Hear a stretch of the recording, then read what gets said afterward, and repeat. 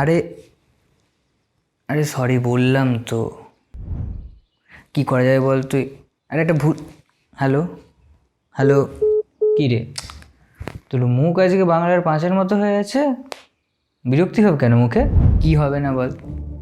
কালকে 13 তারিখ, আমি জানতাম ওর বার্থডে, ঠিক আছে। স্বভাবতই ওর 13 তারিখে জন্মদিন হয়।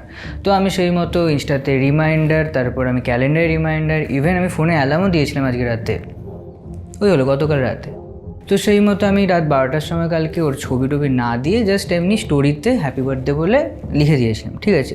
তুইও জানিস যে ওর অ্যাকাউন্ট আমার কাছে আছে, আমার অ্যাকাউন্ট ওর কাছে আছে, ঠিক আছে। হ্যাঁ, তো ঠিক আছে, তো দুজনে কমিটেড আছিস, তো দুজনের কাছে অ্যাকাউন্ট থাকতেই পারে, তো এতে রাগ করার বা বিরক্ত হওয়ার কী আছে ভাই? ওটাই তো ব্যাপারটা, অতটা সোজা নয়, কারণ আজকে ওর বার্থডে নয়, মানে সেটাই তো বলছি।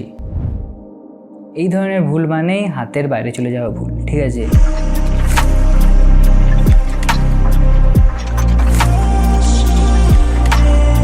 বাট তুমি যখন ভিডিও শ্যুট করছো, যতই ভুল করে নাও, এডিটিংয়ে কিছু তুমি এডিট করে, কিছু বাদ দিয়ে বা কিছু ছোটোখাটো জিনিস ঠিক জায়গায় ঠিকভাবে অ্যাড করে তুমি জিনিসটাকে ঠিক করতে পারবে। তো এক্ষেত্রে ফার্স্টেই বলে দিই, ভিডিও আমি শ্যুট করতে পারি দু রকমের ভিডিও, ঠিক আছে। একটা হচ্ছে এ রোল এবং 2 নম্বর হচ্ছে বি রোল, ঠিক আছে। এ রোল ভিডিও কি? এ রোল ভিডিও হচ্ছে, ধরো আমি যে ভিডিওটা করছি বা তোমরা যে ভিউয়ার্স তারা যে আমাকে দেখছো, তো সেক্ষেত্রে কি দেখছো যে আমি ভিডিওতে আছি এবং আমিই কথা বলছি, ঠিক আছে। মানে আমার কথাটাই শুনতে পাচ্ছ, ইভেন আমাকে ভিডিওতে দেখতেই পাচ্ছ। এই রকমের ভিডিওগুলোকে বলা হয় এ রোলস, ঠিক আছে। সচরাচর প্রত্যেকটা যে কন্টেন্ট ক্রিয়েটার যারা হয় তাদের এই ধরনের ভিডিওগুলোই থাকে। তারপর আসছি B roll video. B roll video কি?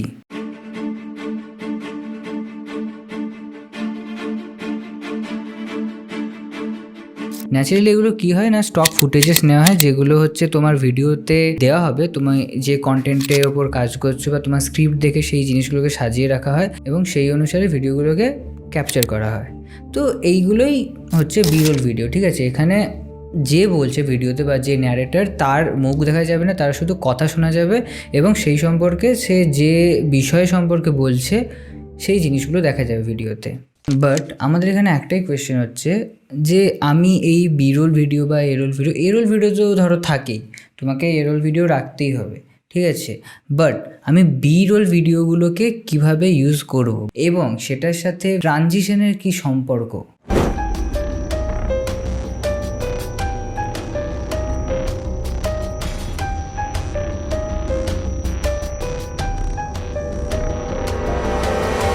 সো এক্ষেত্রে বলার আগে আমি ফার্স্টেই বলবো ট্রানজিশন জিনিসটা কি।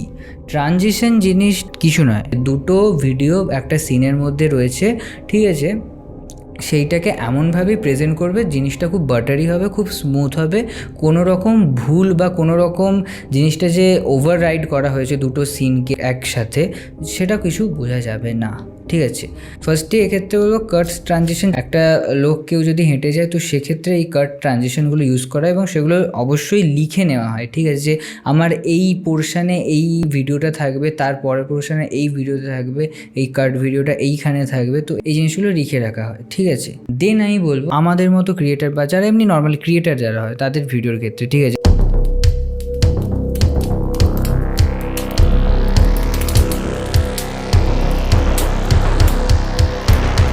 তো তাদের একটা রেসপন্সিবিলিটি কী হয় না, যে আমি যে এডিটেড ভিডিওটা করব বা আমি যে স্ক্রিপ্টটা লিখবো সেটা যেন হ্যাঁ সেই ফিলটা দিতে পারে বা সেখানে কোনো রকম টেকনিক্যাল ত্রুটি যেন না থাকে। তো সেক্ষেত্রে আমি কি করব, ধরো সিনেমাটোগ্রাফি করার সময় বা জিনিসটাকে শ্যুট করার সময় অনেক সময় প্রবলেম হয়ে যায় যে হ্যাঁ দুটো সিন হয়তো আলাদা নেওয়া হয়েছে, তো সেক্ষেত্রে আমি সেই ম্যাচটা পাচ্ছি না, যে হ্যাঁ এই সিনে এই মুডে কথা বললো, অন্য সিনে অন্য মুডে কথা বললো, তো সেটাকে তুমি কাট করে দিতে পারো, ঠিক আছে।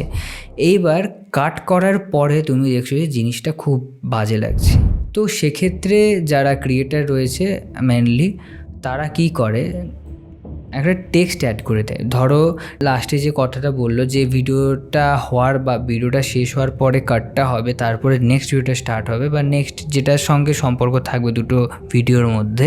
তো সেক্ষেত্রে প্রথম যে ভিডিওটা থাকবে তার লাস্টের যে দুটো ওয়ার্ড, লাস্টে দুটো কি তিনটে বা চারটে ওয়ার্ড যেটা আছে সেটাকে আমি টেক্সটের মাধ্যমে প্রেজেন্ট করব।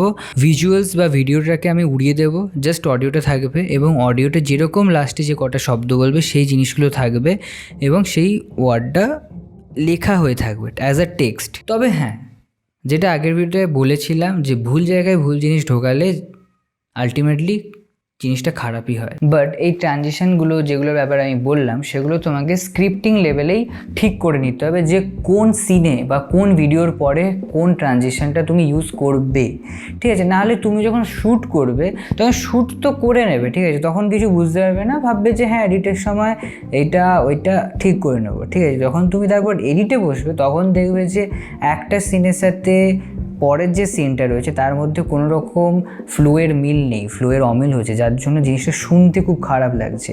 তো সেক্ষেত্রে তুমি জিনিসটাকে ঠিক করতে পারবে অবশ্যই, কিন্তু স্ক্রিপ্ট লেভেলেই জিনিসটাকে ঠিক করে নেওয়ার চেষ্টা করবে, বেকার নাহলে এক্সট্রা খাটতে হবে, ঠিক আছে।